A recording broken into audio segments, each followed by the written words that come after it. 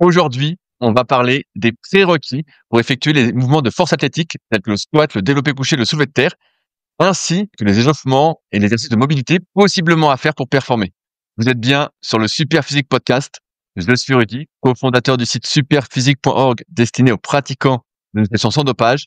Et je suis en compagnie de Clément, champion de France 2019 de force athlétique, et également coach spécialisé notamment en force, mais pas que.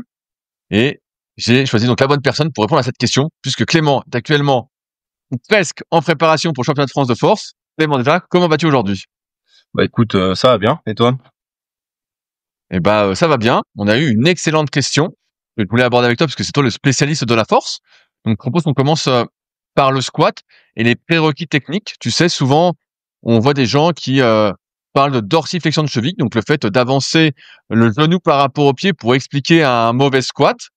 Et je crois comprendre que ce n'est pas le seul problème, parce que comme tu interviens en cours CQP, au CQP IFNT, mais pas que. D'ailleurs, il faut que tu me racontes, on en parlera à la fin, toute notre actualité sera en fin de podcast désormais. Euh, alors, quels sont les prérequis en termes de capacité de mouvement de mobilité pour faire un beau squat? Comment je fais pour faire un squat de professionnel? Il y en a quand même pas mal des prérequis, sachant que forcément ils vont être dépendants de votre morphologie. Il y a des morphos qui sont un peu plus adaptés au squat que d'autres, notamment les brevilignes, les gens qui vont avoir des segments courts. Donc déjà pour eux, en termes de prérequis, ça va être beaucoup plus accessible parce que ça va leur demander moins de mobilité. Ensuite, si vous avez une morphologie qui est un petit peu moins adaptée, bah vous allez avoir besoin de plus de prérequis. Donc tu as parlé de la mobilité de cheville. Effectivement, plus vous aurez une capacité à avancer le genou par rapport à votre pointe de pied, bah plus vous pourrez être vertical. C'est de la mécanique, c'est-à-dire que si vous avancez peu le genou, vous êtes obligé d'emmener beaucoup les hanches en arrière. Et si vous êtes obligé d'emmener beaucoup les hanches en arrière, bah vous êtes obligé d'avoir beaucoup de flexion de hanches, de beaucoup vous pencher en avant. Donc forcément, au niveau du dos, plus vous serez penché en avant, bah plus ce sera difficile de maintenir la rigidité de votre dos et plus le bras de levier sera important. Donc effectivement, il y a cette notion d'avancer des genoux qui est importante et il faut une bonne dorsiflexion, une bonne mobilité de cheville. Mais pas que au niveau de la cheville. C'est-à-dire que au niveau de la hanche, il y a aussi une flexion qui se fait et vous allez avoir en fait votre hanche pendant tout le mouvement du squat, vous allez être à peu près en rotation externe et dès que vous arrivez avec proche de la parallèle voire en dessous de la parallèle, ben en fait votre hanche, elle vient passer en rotation interne. Et le truc c'est qu'à ce moment-là, au moment où il y a ce switch entre la rotation externe et la rotation interne, si vous n'avez pas les prérequis de rotation interne, ben ce qui se passe c'est que pour descendre, vous allez devoir avoir une compensation. Et cette compensation, souvent, elle va se faire au niveau du bas du dos. Et donc forcément, bah, vous allez arrondir un petit peu le bas du dos pour vous donner de la tolérance à aller chercher suffisamment bas. Et forcément, bah, si vous défixez un petit peu là-dessus, bah, ça va pas bien se passer. Donc, mobilité de cheville, mobilité de hanche. Et souvent, le manque de mobilité de hanche, on va le compenser en ayant les pieds très en canard. Comment on sait qu'on manque de mobilité de hanche? Souvent, si on se présente sur son squat avec les pointes de pied très très orientées vers l'extérieur, en fait, on se biaise en rotation externe pour pouvoir, une fois arrivé en bas, profiter du peu de rotation interne qu'on a. Donc, c'est une façon de tricher et de compenser. Et le problème, c'est que là, bah, c'est plutôt le genou qui va moyennement apprécier ça. Donc, cette compensation-là, pour descendre suffisamment, bah, va se répercuter sur le genou au lieu de se répercuter sur le dos. Et bien sûr, bah, la capacité à fixer le dos. Donc ça va plutôt être inhérent à la force de la chaîne postérieure, notamment bah, tout ce qui est lombaire, fessier, mais aussi la souplesse des ischios. Puisque quand vous arrivez en bas, en fait, vous avez donc la barre qui vient créer un petit bras de levier vers le haut qui cherche à vous entraîner vers l'avant, et vous avez les ischios qui tirent un petit peu le bassin vers le bas. Donc en fait, votre dos, il est pris un petit peu en tenaille avec la barre qui tire dans un sens, les ischios qui tirent dans l'autre, et si vous êtes très très raide des ischios ou pas assez fort au niveau des érecteurs du rachis, eh bien vous allez avoir cet arrondissement. Donc les prérequis de manière générale, ils vont être en termes de mobilité sur principalement la cheville et la hanche, plutôt la souplesse des ischios et le renforcement général de votre chaîne postérieure, notamment lombaire fessier. Dans les grandes lignes, ça va être ça les prérequis. Je rajoute, je vois souvent des gens qui manquent de souplesse, de mobilité au niveau des épaules, tu sais, et qui arrivent pas à mettre la barre vraiment comme ça, qui sont un peu comme ça. Est-ce que toi, tu remarques ça aussi en tant que coach vraiment spécialisé en force, où des gens, ils ont pas la capacité de mettre la barre derrière, et en fait, ils sont un peu comme ça, ce qui fait que bah ils ont une Alors, prédominance, une facilité à arrondir le dos, malheureusement. il y a effectivement donc cette notion de rotation externe d'épaule, puisque pour bien placer la barre, il faut avoir suffisamment de rotation externe d'épaule. Après ça, vous pouvez plus ou moins le compenser en jouant sur l'écartement des mains. Un défaut récurrent qu'on voit, c'est des gens qui veulent avoir une prise de main un peu trop serrée, parce qu'on leur a dit il faut être serré, comme ça t'es bien gainé du haut. Mais ça correspond pas à tout le monde. Et souvent, quand vous êtes trop serré, c'est vrai que ça vous met un petit peu en shrug au niveau des trapèzes. Et donc ça a tendance à créer un petit peu d'inertie sur le haut du dos. Ce que je conseillerais à ces personnes-là, c'est soit d'écarter les mains, soit de changer un petit peu leur prise. Vous pouvez faire une prise sans mettre le pouce, en mettant le pouce du même côté que les doigts, qui permet voilà, exactement, qui permet de se biaiser un petit peu et de gratouiller de la rotation externe, et puis, bah, d'écarter les mains. Après, ce qu'on peut voir aussi, des fois, c'est quand vous avez souvent, on voit des gens avec le bassin un peu plus haut d'un côté que de l'autre, et on pense qu'il y a un problème de mobilité au niveau du bas du corps, mais souvent, ça, c'est pas le bas du corps, c'est qu'ils ont une rotation externe d'épaule entre droite et gauche qui n'est pas la même. Donc, si je schématise, ils vont avoir un coude comme ça et un coude un peu vers le bas, parce qu'ils n'ont pas tout à fait la même rotation externe d'épaule. Et en fait, cette différence en haut de rotation externe d'épaule fait que la barre est pas tout à fait droite et que ça se répercute un petit peu au niveau du bassin. Donc, moi, je sais que j'ai déjà réglé des problématiques de barre pas droite et de bassin qui shift, donc qui vrille dans la portion basse, en faisant du travail de rotation externe d'épaule.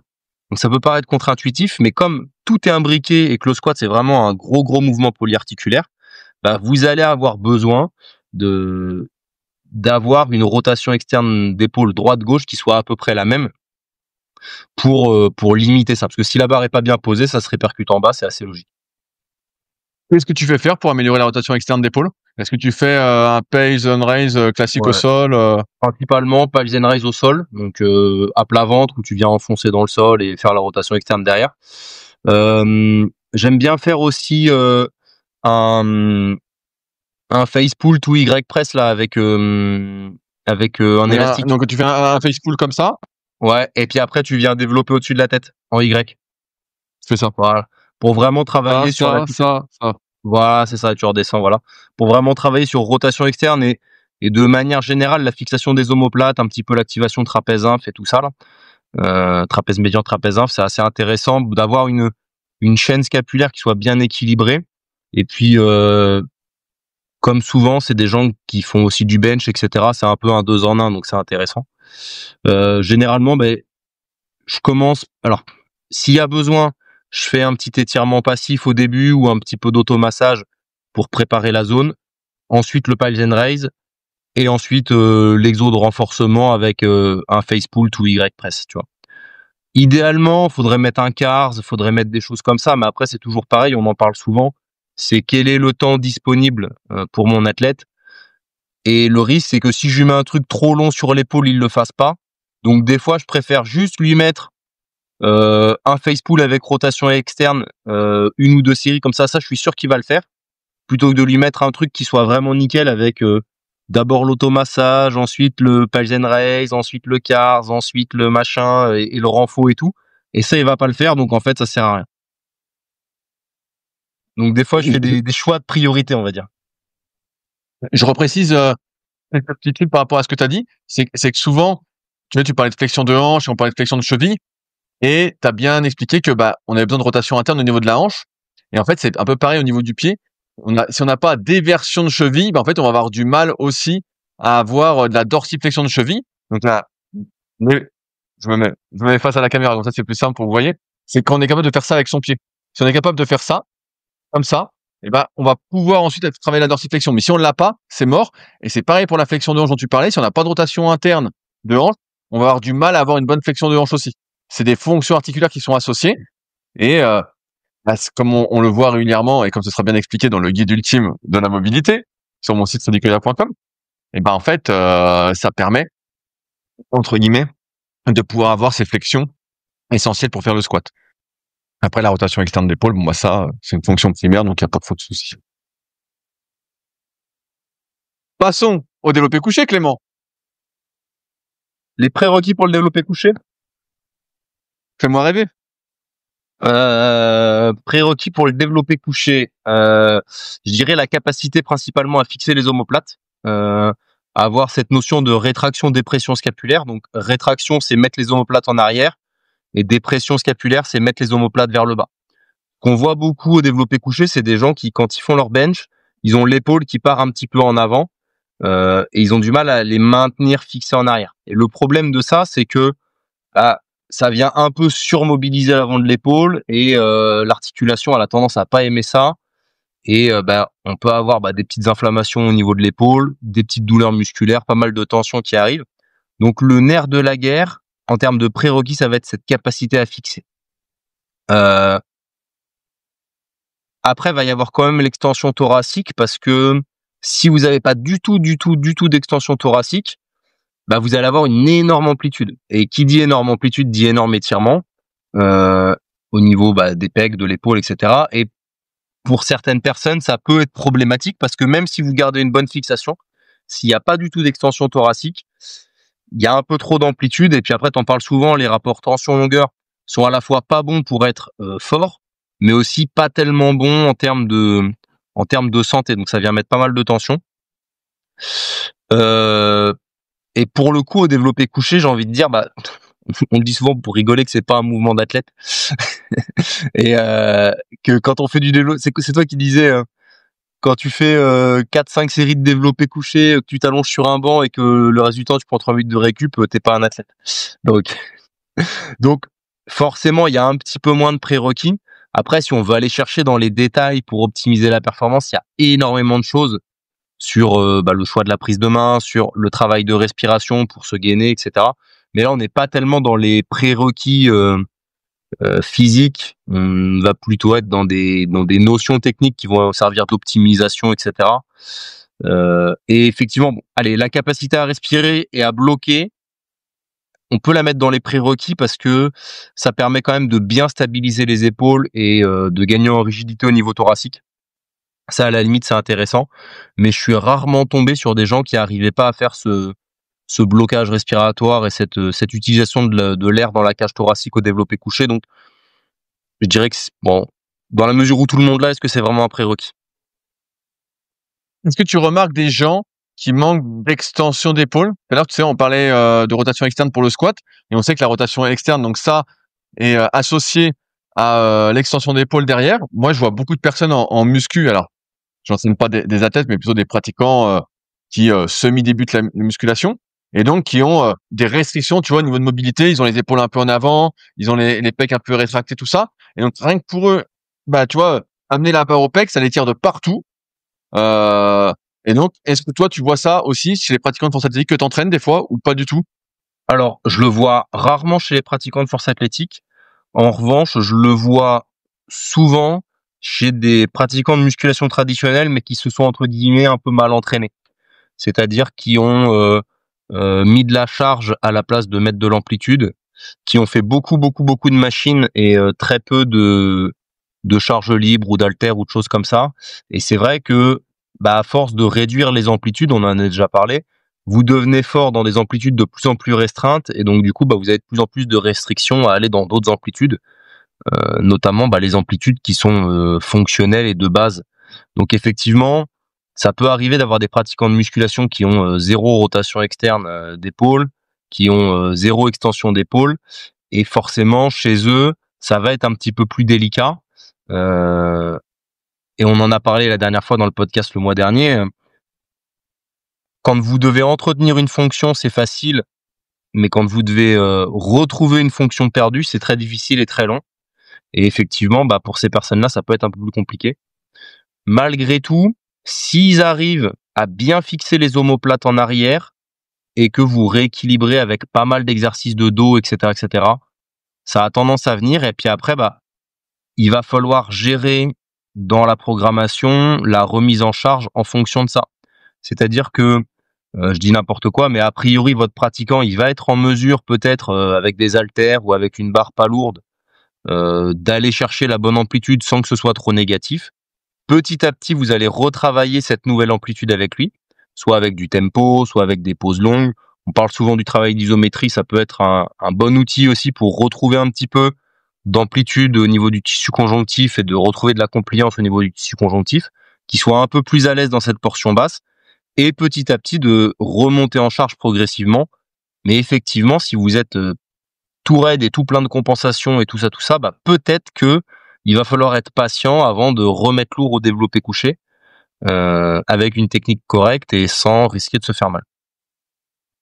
Et est-ce que tu as aussi des athlètes qui ont parfois mal au bas du dos? Parce que tu sais, on a souvent dit dans le développé couché qu'il fallait légèrement cambrer le bas du dos, voire accentuer la cambrure. Et moi, je vois des personnes avec des hanches qui manquent d'extension de hanches, en fait, et donc qui ont mal au lombaire, tu vois, quand elles cambrent. Et donc, souvent, on va leur dire relever les jambes ou garder le dos plat, tout ça. Ce qui me semble être pas un méga conseil avec le recul. Est-ce que tu es confronté à ça aussi? Généralement, quelqu'un qui va avoir mal au bas du dos, c'est plus parce que la cambrure, elle est censée être principalement le pontage, il est censé être principalement thoracique en fait. On n'est pas censé avoir un gros pontage lombaire. Et généralement, moi, ce que je vais faire, ça va être quelqu'un qui me dit j'ai des tensions dans le bas du dos. Je vais lui faire avancer les pieds. C'est-à-dire que plus vous allez avoir les pieds en arrière, effectivement, bah plus vous allez devoir compenser avec votre bas du dos. Ok, donc quand tu dis avancer, c'est plus tendre les jambes, moins les fléchir. Voilà, c'est ça, c'est les éloigner de la barre, les éloigner vers l'avant. Et en fait, juste en avançant les pieds, souvent de juste 3-4 centimètres, parfois on peut avoir les pieds légèrement en avant des genoux. Vous avez des très bons benchers. Mehdi Sahari, par exemple, qui est un des tout meilleurs benchers français, lui, il a les pieds en avant de ses genoux quand il bench. Et pour autant, en 74, il fait 200 au coucher, donc il est extrêmement fort. Et ça n'empêche pas, et souvent ça va réduire les tensions. Donc je préfère faire ça, tu vois. D'autant plus qu'en termes de performance, le fait d'avoir les pieds en avant, ça va pas forcément être limitant. Et après, effectivement, on peut venir travailler un petit peu sur la capacité à avoir de l'extension de hanche. Donc soit via des étirements classiques,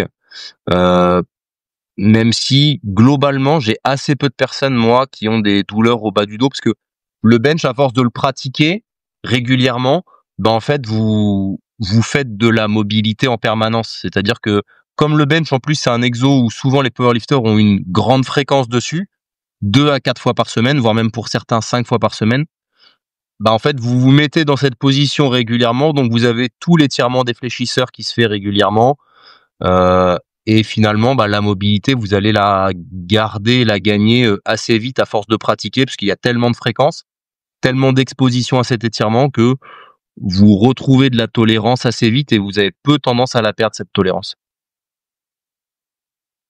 Avant qu'on attaque le soulevé de terre, je voulais rappeler que ce podcast est sponsorisé par nous-mêmes, à savoir superphysique-nutrition.fr, notre marque de compléments alimentaires destinée à améliorer votre santé et vos performances, ainsi que l'application SP Training, qui vous fait un programme personnalisé, qui vous dit quoi faire à chaque séance avec notre fameuse méthodologie des cycles de progression, disponible sur l'App Store et le Play Store. Dans tous les cas, n'hésitez pas à mettre des petites notes pour l'application, ça nous aide grandement à mieux progresser ensemble, comme je le dis depuis maintenant des années. Sur ce, passons maintenant au soulevé de terre. Vraiment, soulevé de terre. Et déjà, est-ce que le soulevé de terre sumo, ça compte comme du soulevé de terre? Bah, bien sûr que ça compte comme du soulevé de terre. En compétition, c'est pareil. Mais pour le coup, effectivement, en sumo, on va pas avoir taffé les mêmes prérequis qu'en tradi. On va faire le tradi d'abord. Prérequis au tradi, première chose, bah, ça va être la souplesse de la chaîne postérieure de manière générale. Ça va être la capacité à descendre dans la position et à aller chercher la barre sans avoir de compensation au niveau du bas du dos. Ça, c'est la première chose. Si vous n'avez pas la souplesse requise pour pouvoir aller chercher la barre sans avoir le bas du dos qui s'arrondit, déjà, ça a très peu de chances de bien se passer. Donc là, la première chose, ça va être améliorer la souplesse des ischios, parce que principalement, toujours pareil, c'est le même problème qu'au squat, c'est vraiment les ischios qui tirent le bassin vers le bas. Améliorer la souplesse des ischios et améliorer la force des érecteurs du rachis. Donc pour ça, on peut faire du soulevé de terre roumain, en tempo, du hip thrust en tempo, beaucoup de travail au banc à lombaire, que ce soit à 45 degrés ou au GHD classique. Donc là, il y a vraiment beaucoup de renfort à faire et beaucoup de travail en isométrie. Moi, je sais que j'adore faire de l'isométrie au banc à lombaire. Comment tu fais en isométrie au banc lombaire? T'es fort? Ça dépend, avec la barre sur la nuque ou la barre dans les mains? Bah, je dirais la barre dans les mains, parce que la barre dans la nuque, putain, c'est la galère, ce truc-là. Ouais, bah la barre dans les mains, plus de 100 kilos. Ah ouais, putain, et combien Ouais. de temps tu tiens? Tu tiens 30, 40 secondes? Ouais, une trentaine de secondes avec plus de 100 kilos. Ah ouais, putain, bah c'est pour ça que t'es un peu épais, alors. Bah, il faut un peu de prérequis pour soulever lourd. Et après, bah, ça pour le coup, tu vois, il y a une forme de limite, c'est-à-dire que quand vous allez arriver sur des charges lourdes, ça on le voit beaucoup chez les débutants. euh, à une charge ça va, et puis plus vous montez, bah ça va, et à un moment donné, bah il y a une charge où ça va plus, et où bah ça tire trop, les ischios ils vont trop tirer vers le bas, la barre qui crée une tension au niveau du haut du corps vient tirer aussi vers le bas, et vous avez le dos qui s'arrondit. Et plus vous montez vers des pratiquants un peu experts, bah plus ces déformations elles arrivent tard, voire même très très tard. Donc il y a ça. Donc prérequis déjà cette souplesse au niveau du bas du dos et au niveau de la chaîne postérieure de manière générale, et la capacité à résister des érecteurs du rachis. Donc là, faut des fessiers vraiment très forts de manière générale. C'est un peu le constat qu'on avait fait, c'est que toutes les personnes fortes au squat et au soulevé de terre, ils ont des fesses énormes avec un fessier qui s'insère relativement, qui est long, tu vois. Donc est-ce que ça c'est pas un prérequis à la santé? Peut-être. Donc voilà. Et là par contre, il y a un gros prérequis sur la capacité à bien respirer pour créer de la rigidité au niveau abdominal. Cette notion de bracing, donc de venir respirer tout ça. Et aussi ce qu'on voit beaucoup, c'est des gens qui se mettent dans une position au soulevé de terre qui est une position qui n'est pas tenable. C'est-à-dire avec la poitrine sortie comme ça, avec le bas du dos presque creusé, cambré, les fesses un petit peu basses. Et en fait, cette position-là, elle est tellement exagérée que vous ne pouvez pas vous baisser et ramasser quelque chose et développer de la force dans cette position-là. Donc en fait, vous mettez dans une position qui va être forcément soumise à déformation. Donc il faut en fait accepter d'avoir les omoplates vers le bas et non pas en arrière, d'accord? Donc il y a toujours cette notion de dépression scapulaire pour créer de la rigidité avec le tronc, allonger les bras et de démarrer avec les hanches relativement hautes et pas mal de flexion de hanches. Avoir une flexion de hanche, d'accord? Donc le buste pas mal incliné, ça ne veut pas nécessairement dire avoir le bas du dos arrondi. Et souvent on veut tellement fuir cette flexion de hanche qu'on se met très très droit, mais sauf que c'est une position dans laquelle on ne va pas pouvoir exercer de force. Et là, qu'est-ce qui se passe? Vous avez les fesses qui vont monter, jusqu'à vous retrouver dans un moment où vous allez pouvoir développer de la force. Et là seulement la barre va monter. Mais en fait, tout le moment où vos fesses seront montées, vous aurez perdu de la tension, vous aurez perdu de la force, vous aurez perdu de la rigidité. Donc vous augmentez en fait votre risque de vous faire mal. Donc en acceptant d'avoir suffisamment de flexion de hanche, vous vous mettez dans une bonne position pour pouvoir soulever efficacement la charge et limiter les déformations. L'objectif, c'est de ne pas avoir de changement postural sous la charge. D'accord? Ça, c'est vraiment le plus important et le gros prérequis. Donc, c'est cette mise en tension et cette rigidité. Ah, je comprends, entre le squat et le soulevé de terre, en fait, il faut une chaîne postérieure de gorée, quoi. Il faut une bonne chaîne postérieure, effectivement. Pour ça, d'où le pas de dos, pas de perf. Je sais pas si tu connais l'expression. Non, c'est un grand philosophe, je crois, qui a dit ça, mais je sais plus qui. Ouais. Et pour le soulevé de terre sumo, ça va être un petit peu pareil, mais il y a moins de bras de levier au niveau du bas du dos. Donc ça va être un peu moins exigeant en termes de fixation du bas du dos.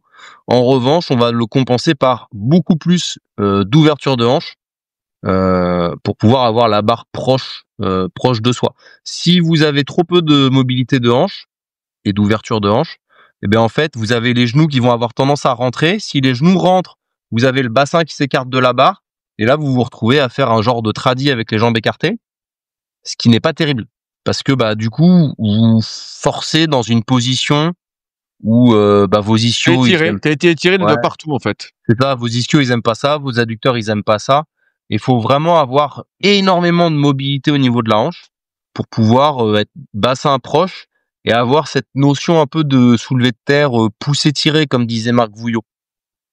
Même si avec le temps, je me dis qu'il y a quand même de plus en plus de gens qui ont des morphologies pour avoir des soulevés de terre tirés et très peu des poussés tirés. Bien sûr, parce qu'on est plus fort, encore une fois, avec la chaîne postérieure. Donc, je sais que quand je faisais du soulevé de terre, ou là, quand j'en fais un peu de soulevé de terre roumain, bah, en fait, je serre les fesses pour remonter, quoi. Bien Donc sûr. c'est Ouais. que ça, mon soulevé de terre. Et puis c'est aussi la mécanique de base du mouvement, c'est-à-dire que quand vous ramassez une charge, pour être efficient, vous devez avoir les épaules au-dessus de cette charge. Pourquoi? Parce que au niveau du bras de levier, l'endroit où va s'exercer la force, bah, c'est à peu près au niveau de vos omoplates. C'est le creux de l'aisselle, là. Pour être efficace, quand vous faites un soulevé de terre, vous devez avoir le bas de votre aisselle, le creux de l'aisselle au-dessus de la barre. Et donc ça implique, parce que c'est à cet endroit-là que la force s'exerce. Donc ça implique d'avoir l'avant de l'épaule légèrement en avant de la barre. Et souvent, les gens ont une mauvaise vision. Ils ont une image d'Épinal un petit peu du soulevé de terre avec le buste très droit et les épaules en arrière. Mais en fait, en voulant tirer comme ça, vous vous mettez juste dans une position qui est impossible, dans laquelle vous ne pouvez pas développer de force. Mécaniquement, c'est pas possible parce que les leviers ne s'insèrent pas comme ça. Donc, pour avoir un soulevé de terre efficient, il faut accepter d'avoir l'aisselle au-dessus de la barre. Et en fait, c'est ça la position idéale pour tirer la barre. Avec la barre collée à vous, bien sûr. Ouais, bah, ça fait penser un peu au soulevé de terre haltérophile. Alors, je suis salaud, où t'es hyper droit et tu restes comme ça, mais vraiment d'être très très fort en quad. Bah, mais les haltéros, par exemple, ils sont très très forts à l'épaulé, mais ils sont rarement très forts au soulevé de terre. Et aussi, un marqueur de performance en haltéro, c'est d'être bréviligne. Un bréviligne, il va pouvoir se permettre, comme il a des fémurs courts, il va pouvoir se permettre de baisser un peu plus les fesses.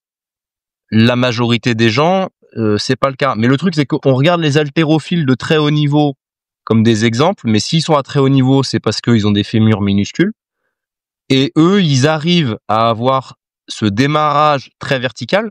Mais après, il faut bien comprendre que l'objectif d'un clean, d'un épaulé, c'est d'avoir le contact au niveau des hanches le plus haut possible.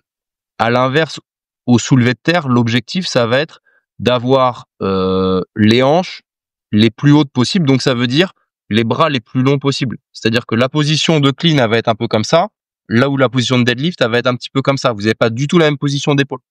Donc, nécessairement, comme vous avez les épaules vers le bas, la barre, elle est un petit peu plus basse au niveau des cuisses quand vous faites un soulevé de terre. Et à l'inverse, comme vous voulez avoir le point de contact le plus haut possible sur un épaulé, bah vous avez tendance à beaucoup plus serrer les omoplates en arrière, etc. Et c'est pas une position efficiente de deadlift, mais c'est une position efficiente de clean. Et si on compare les charges soulevées sur un clean, les tout meilleurs, ils vont faire 250, 260 kilos, là où au soulevé de terre, les tout meilleurs, ils vont faire plus de 400 kilos. Les charges sont plus lourdes.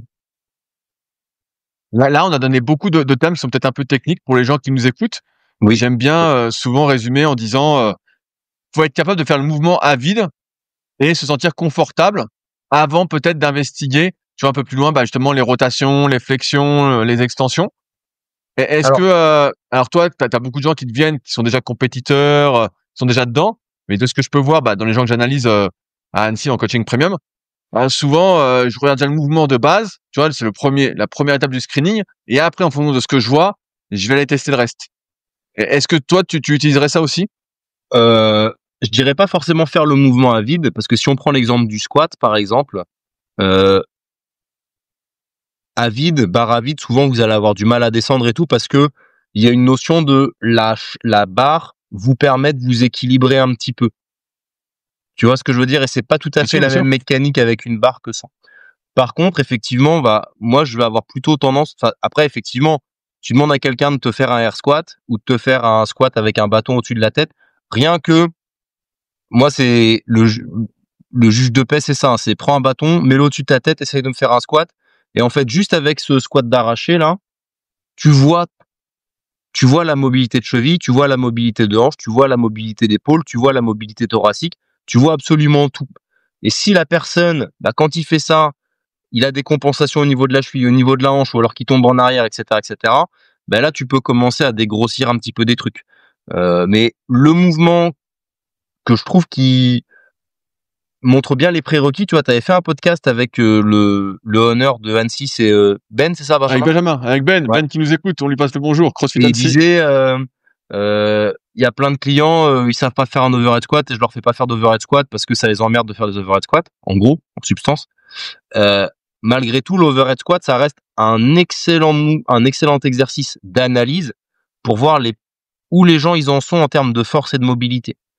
Et effectivement, la plupart des gens, le constat il est vrai, ne sont pas capables de faire un overhead squat. Mais en fonction de ce qui va bloquer, ça te permet directement d'analyser si c'est l'épaule, si c'est l'ouverture thoracique, si c'est la hanche, si c'est la cheville, si c'est tout en même temps, etc., etc. Non, mais je dis ça parce que je pense qu'il y en a beaucoup qui sont un peu perdus avec tous les termes qu'on utilise. Après, il y a toujours la question, tu sais le débat qu'on avait un peu eu, c'est là on se rend compte qu'il faut beaucoup de prérequis pour réussir à faire les mouvements correctement et qu'on est malheureusement en fonction du temps disponible, pas tous capables de passer du temps là-dessus, comme c'est le cas pour toi ou c'est le cas pour moi, même si je suis encore loin de tout maîtriser aussi bien que toi. Est-ce que des fois, ça peut t'arriver de dire à des gens, bah écoute, vu le travail qu'il y a, je pense que pour l'instant, on doit mettre la force athlétique mis en compétition entre parenthèses pour bosser plus tous ces prérequis? Pas nécessairement. Par contre, ça m'arrive régulièrement, surtout sur les débuts de suivi, quand je vois des gens qui ont une capacité de mouvement qui est vraiment très mauvaise avec énormément de compensation et tout, je vais quand même leur garder du squat, au moins pour l'adhérence au programme, tu vois, par exemple. Mais par contre, le squat, on va pas monter lourd. Et à côté de ça, on va bombarder sur la rotation interne de hanche, sur le renforcement du bas du dos, sur tout un tas de trucs, tu vois. On va vraiment y aller. Après, le truc, des fois que je me dis, c'est, je pense à un client en particulier, tu vois, même maintenant, son squat, il a toujours le bas du dos qui s'arrondit un petit peu, etc., mais vraiment beaucoup moins qu'avant. Et je me dis, ce mec-là, si c'est pas moi qui le fais, alors je le fais squatter en essayant de bien gérer, de pas trop forcer pour qu'il ait pas de douleur, etc. Et je me dis, si moi, je lui dis non, on fait pas de squat, ça va pas, il va aller voir quelqu'un d'autre. Mais Bien quelqu'un sûr. d'autre qui va le faire squatter comme un cochon et qui va le bousiller. Donc, je préfère, moi, le faire squatter raisonnablement en ayant une prise de risque qui soit minime et faire tout le travail qui va bien à côté, plutôt que de lui dire non, je te prends pas et qu'il aille voir un boucher et que le mec le massacre. Et non, mais je dis ça parce que il y en a qui font un petit peu ça. Et tu vois, ce mec-là, c'est un mec qui, quand il est venu vers moi, il faisait un labago toutes les 4 à 6 semaines, tu vois. Donc bloqué tout le temps. On a fait 6 mois sans rien. Ensuite, il a eu un lumbago au bout de 6 mois. Et là, ça doit faire 1 an qu'on n'a pas eu de lumbago, pas de dos bloqué ou de trucs comme ça. Donc, je me dis que malgré la petite compensation qu'il garde au niveau du bas du dos, etc., ça continue de s'améliorer et on est quand même dans la bonne dynamique et dans la bonne démarche. Et même s'il continue de faire du squat et qu'il améliore son squat et que là, il monte un petit peu sur des charges lourdes et que ça se passe bien pour le moment, je me dis que ça pose pas trop de problèmes. Par contre, de manière générale, je vais vraiment faire en sorte, quand les gens n'ont pas les prérequis, d'éviter de les faire monter lourd et de m'assurer de développer suffisamment la tolérance au niveau du bas du dos, au niveau de la hanche, etc., parce que c'est vraiment les zones qui sont les plus fragiles. Ouais, je te pose ces questions parce que je me souviens de quand je faisais de la force athlétique, il y a plus de 20 ans maintenant, le temps passe vite. Les mecs faisaient des soulevés de terre, mais vraiment des dos ronds affreux. Et en fait, ils s'en foutaient de le faire bien, quoi. Franchement, fallait que ça monte. Aujourd'hui, avec le recul, on sait que c'est une grosse erreur. Et je voulais que tu donnes ton point de vue là-dessus. Ouais. Tu viens de le faire. La polémique est un peu passée, mais c'est vrai qu'on a eu dos rond, dos plat, la bataille. Ouais, alors qu'il n'y a pas trop de débat. Si on regarde, les muscles entre les vertèbres sont des tout petits muscles qui sont plus des muscles de maintien plutôt que des muscles censés générer de la force. Alors bien sûr, il faut être capable de les utiliser, de réussir à les contracter, de dissocier chaque vertèbre, idéalement, ce qui demande quand même un travail important pour la plupart d'entre nous. Mais ce ne sont pas des muscles vraiment moteurs. C'est plus des muscles qui vont... il n'y a pas de capsule, mais on va dire que c'est des muscles qui informent notre cerveau sur comment on est, qui nous laissent faire ou pas le mouvement.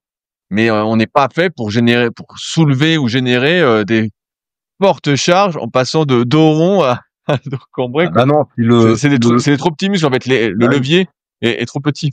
Et puis le changement de longueur au niveau du dos sous charge, il y a peu de chances qu'il se passe bien.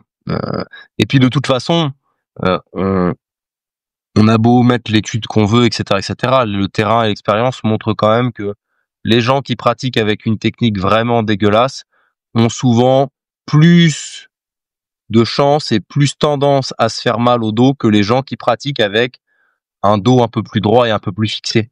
Donc, bien sûr. J'ai pas nécessairement besoin d'une méta-analyse pour me dire que le dos rond, trop lourd, trop souvent, c'est pas bon.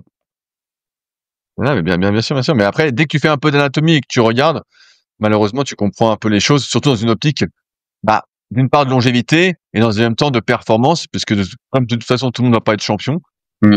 mieux vaut déjà Bien sûr. Mais après, s'astreindre à essayer d'avoir une certaine longévité. quand t'arrondis le dos, mécaniquement, ça te fait un buste qui est plus court, tu vois.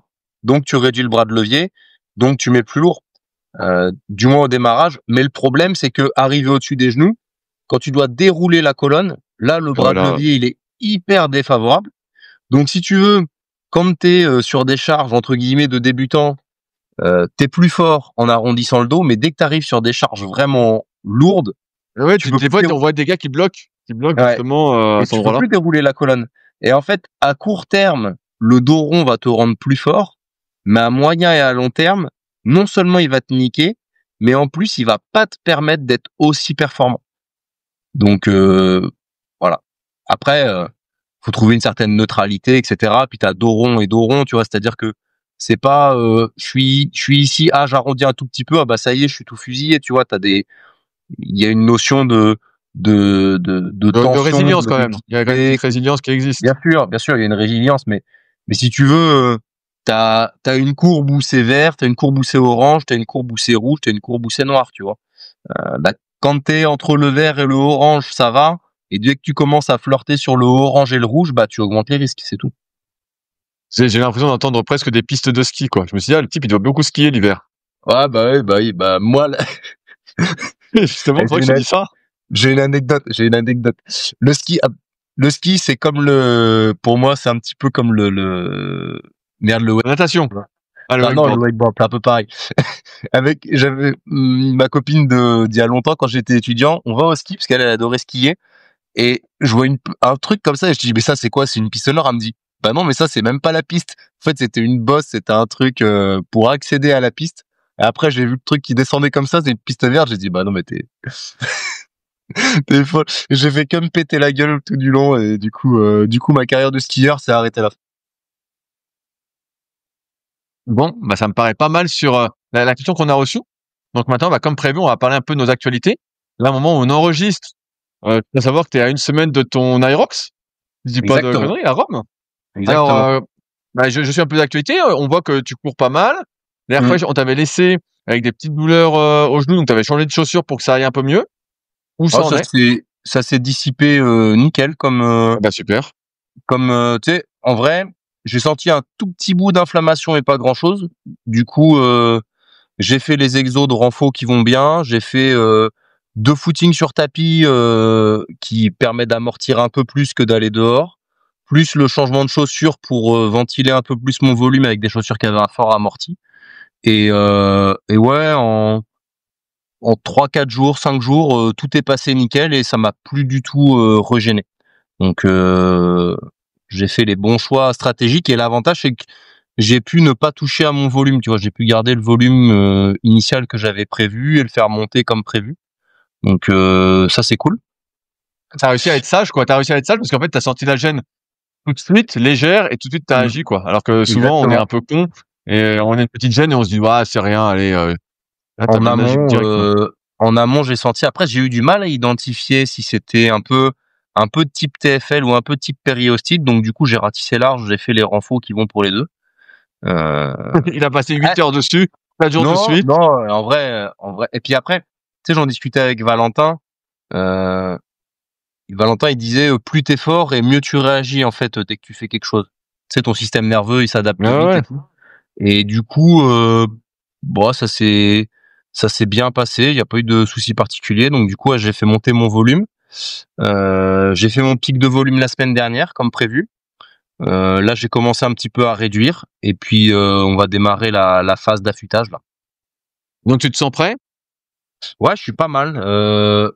Au niveau des allures de course, je suis quand même beaucoup plus à l'aise que la dernière fois. Au niveau matériel, il y a des trucs que j'ai un peu moins testé. Tu sais, le sled push, je t'avais dit que ici c'était compliqué d'en faire parce qu'il y avait pas dans les endroits où je Après, vais. c'est un point fort pour toi, donc c'est pas Ouais, voilà. vraiment, Ouais, c'est mais pour, c'est un point fort, mais je l'ai pas travaillé. Alors, c'est un point fort, mais il a tendance, quand j'en fais, à me tirer un peu au niveau du tendon d'Achille si je force trop. Ah oui, et ouais, t'as pas l'habitude, ouais. Et du coup, j'ai pas pu trop le préparer. Et là, je vais devoir, comme il est au début, je vais être prudent pour pas qu'il tire trop sur le tendon d'Achille quand même, tu vois. Alors, souvent on a un Irox, donc mon livre qui sort notamment le 1er novembre, hybride. Tu sais, souvent la technique c'est de se mettre vraiment penché en avant avec les mains vers le bas comme ça. Donc on est là. Moi, pour que ça me tire moins les tendons d'Achille à l'entraînement, je fais la technique un peu débutante, tu sais, je mets les mains en haut. Ouais. Comme ça évite de me pencher autant en avant, donc ça tire moins sur les mollets. Et finalement, l'effort est plus dur, ça va.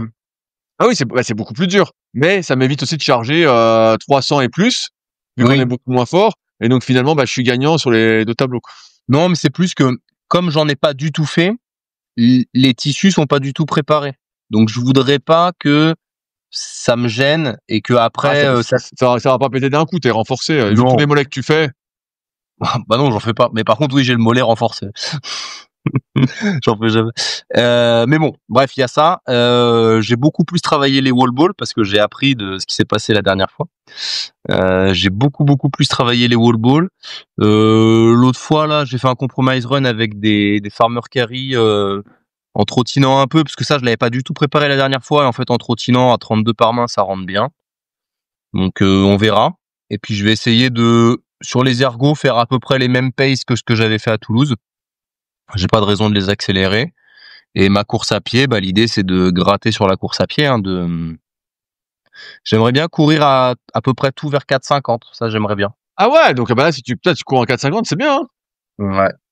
Tu sais, à Toulouse, j'avais tout couru à 5, entre 5 et 5,10, sauf le 1000 après le sled push et le 1000 après les fentes, où là, j'avais plutôt été à 5,30.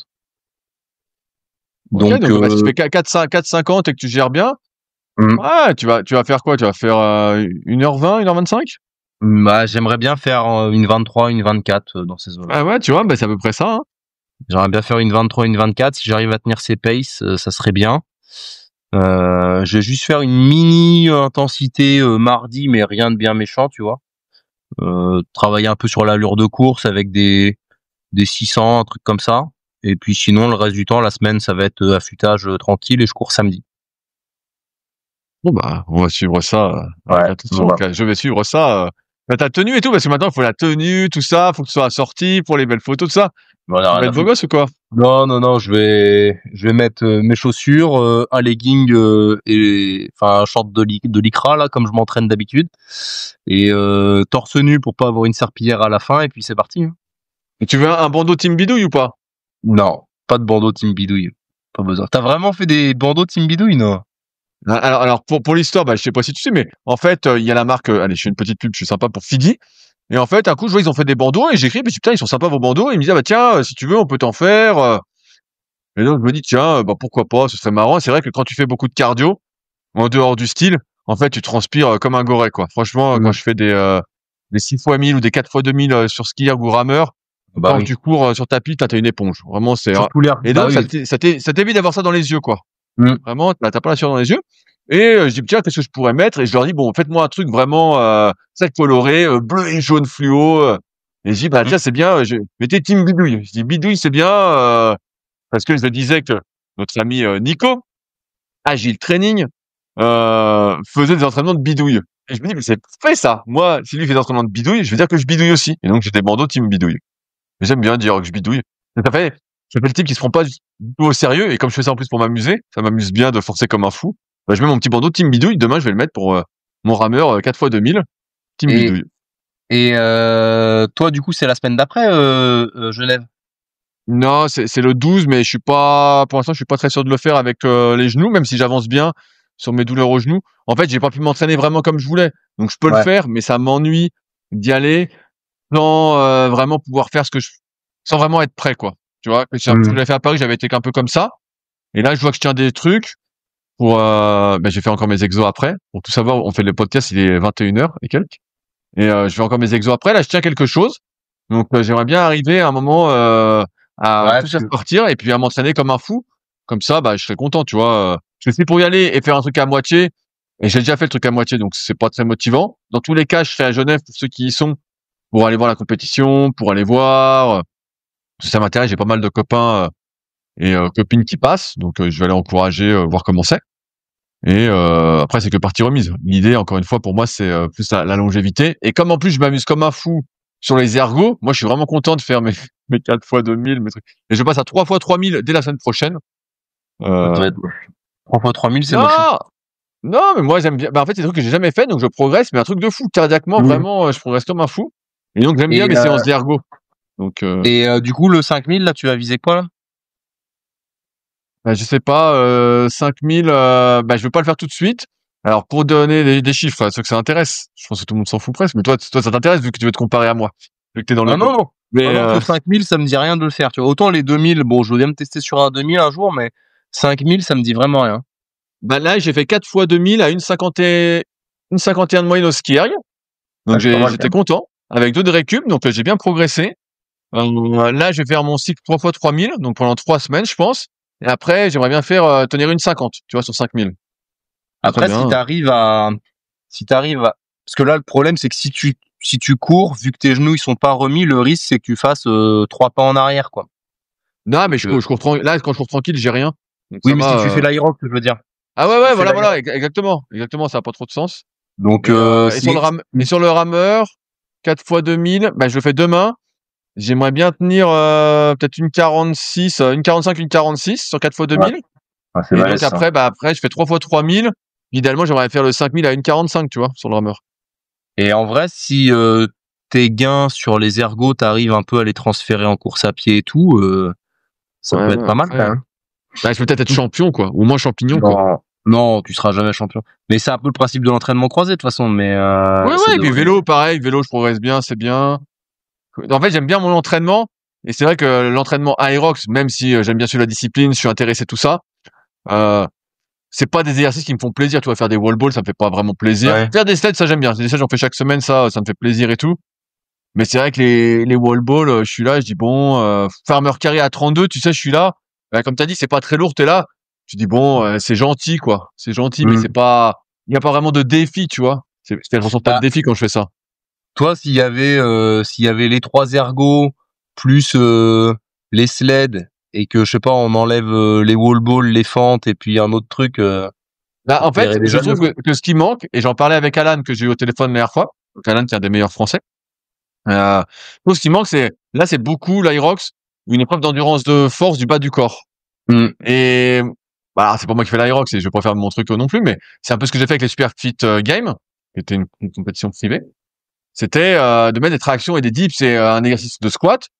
Au lieu de mettre des wall balls, bah tu mets un poids qui ressemble à quelque chose. Et j'aurais bien mis genre 50 tractions dans un minimum de temps et 100 dips dans un minimum de temps, tu vois.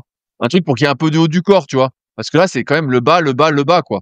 Ah Et c'est bah, pour oui, ça qu'on oui, voit des physiques de plus en plus, de coureur. ouais, de plus en plus de coureurs. Et moi, ça m'ennuie un peu. Moi, j'aime bien ce truc justement hybride. Et l'Aerox progressivement va pas aller vers ce sens d'hybride parce que les mecs sur le haut du corps, ils vont être de plus en plus fins vu qu'il n'y a pas Bah, besoin d'être balèze. là, au CQP à Montpellier, il y a un des élèves qui était à Chicago, qui a fait championnat du monde, là. Ah bah Euh, cool. Corentin, super fort. Il a fait, en open, je crois, il fait 56 ou 57 minutes, et en pro, 1h03 ou 1h04, un truc comme ça, 1h03, je Bah crois. super. Donc, il carbure bien. Et, lui, son record au marathon, c'est 2h34. Ah ouais, Donc, bah tu te rends compte. tu vois. Et, mais par contre, bah, on parlait des prérequis de force, de mobilité et tout ça. Bon, ben là, mobilité, c'est très compliqué. Et, tu vois, au soulevé de terre, moi, on n'est pas monté lourd, on a fait un peu de technique et tout, mais je sais pas, il doit avoir un max entre 120 et 140 au max, tu vois. Ouais, ouais, bah Donc, c'est normal, c'est normal. Bah, j'interviewe plein de gars de l'Aerox et des filles parce que ça m'intéresse sur mon podcast Hybrid Podcast. C'est la suite de Secret du sport. Et je vois bien que le niveau de force, comme vous le verrez dans le bouquin pour ceux qui se le procurent, j'ai fait tous les calculs. En fait, il n'y a pas besoin d'être très fort, mais vraiment, on parle même pas d'être très fort, on parle d'un niveau intermédiaire moins, suivant le tableau sur superphysique.org. C'est ah intermédiaire moins par rapport à votre poids, donc c'est vraiment pas grand chose, hein. bah oui, parce que tu vois, au développé couché, bon, t'as besoin en plus, le développé couché, pour le coup, il sert à rien ou presque à l'Aerox. Tu fais jamais de développé couché à l'Aerox, ça te pénalise pas. Euh, T'as besoin d'un peu de force sur le haut du corps pour envoyer le wall ball, mais il est pas si lourd que ça, et c'est que les jambes. Après, il faut être suffisamment forts ou lourds pour le sled. Et encore que je trouve qu'ils sont pas assez lourds pour être pénalisants pour les, voilà. Et après faut cavaler. Donc c'est vraiment une course avec des petits obstacles orientés un peu endurance de force, mais c'est tout. Après, c'est vraiment bien. Et puis, c'est un sport où tu as effectivement peu de risques de blessures, etc., etc. Donc, c'est accessible, le marketing est bon, ça donne des objectifs, ça c'est super. Exactement, ça c'est chouette. Mais par contre, c'est pas un truc pour les athlètes hybrides. T'as des mecs qui en font comme Alan, qui sont des vrais athlètes hybrides. Alan, c'est un vrai athlète hybride, c'est une machine, il est fort, il court vite. Là, il y a pas de discussion. Mais par contre, la plupart des athlètes qui performent au plus haut niveau ne sont pas des athlètes hybrides, et je pense qu'on verra dans 5-6 ans le physique des mecs, mais à mon avis, ce sera que des runners un peu lourds. Voilà, c'est tout. Exactement, c'est ce que je pense aussi, c'est ce qui m'ennuie un peu. Nous, les super fit game entre nous. Où il y a de l'ergo, des tractions, des dips, du goblet squat. Ouais, squat goblet, c'est la discussion, parce que j'aimerais bien... c'est un moment, même à 50, ce serait léger, on en fera trop, donc en s'entraînant. On pourra trouver un poids plus lourd. Je serai un haltère de 60 et puis un de 70. Ouais, mais après, en vrai, pour faire du squat gobelet à 70 kilos, tu te fais chier. Ah oui, faut que quelqu'un te le passe, là, parce que là, tu te fais chier pour de la mise en place, hein. Mais ouais, mais tu vois, est-ce que, du coup, un front squat ou un back squat, c'est pas finalement plus accessible? Ouais, je sais pas, c'est un peu moins fonctionnel dans ma tête, donc je me dis bon... Ouais, je sais pas, pour moi. Et comme je veux que ce soit comme accessible, c'est vrai, comme on a parlé des prérequis aujourd'hui, s'il n'a pas de rotation externe, le mec, il oublie de passer du temps. S'il manque un peu de flexion, on se dit, ah putain, alors que là, squat gobelet, tout de suite, ça te met dans le couloir, il y a peu de chance, c'est plus simple. Mais pour tenir ton haltère de 60 ou 70 kilos, est-ce que, est-ce qu'on est vraiment encore dans la santé avec un haltère de 70 kilos à tenir comme ça? De toute façon, quand tu fais 1 millimètre au ski erg ou au rameur, t'es pas dans la santé, hein. D'accord, Rudy, tu prônes pas le sport santé, du coup. L'entre-deux. J'essaye de faire des compromis, mais ils ne sont pas faciles.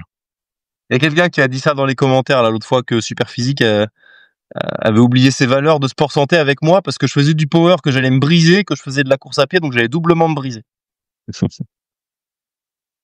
Allez, on finira là-dessus. Je rappelle que ce podcast était sponsorisé par superphysique-nutrition.fr, notre marque de compléments alimentaires destinée à améliorer votre santé et vos performances, ainsi que l'application SP Training disponible sur l'App Store et le Play Store, que je vous invite fortement à essayer. En attendant, je compte sur votre like, sur vos partages et sur vos commentaires. N'hésitez pas à critiquer Clément dans les commentaires. J'irai lui transmettre avec plaisir.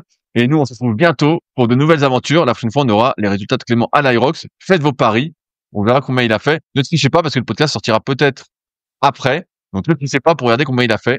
Mettez vos estimations. Moi, je pense qu'il va faire entre 1h20 et 1h25. Je suis assez convaincu.